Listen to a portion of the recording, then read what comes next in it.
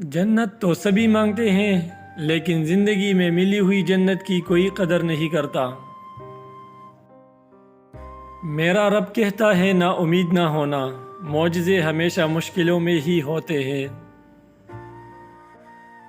جب توکل کرے تو یہ مت سوچے کہ جو مانگا ہے وہ کیسے ملے گا، بلکہ انتظار کرے کہ جو مانگا ہے وہ ہر حال میں ملے گا انشاءاللہ۔ کب اور کیسے، اس بات کا فیصلہ اللہ تعالیٰ پر چھوڑ دے۔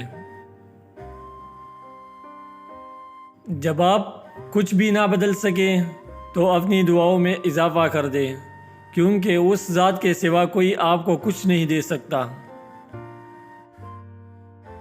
عورت کی 3 عادتیں گھر سے رزق کو ختم کر دیتی ہے اور گھر پر مصیبتیں لاتی ہے۔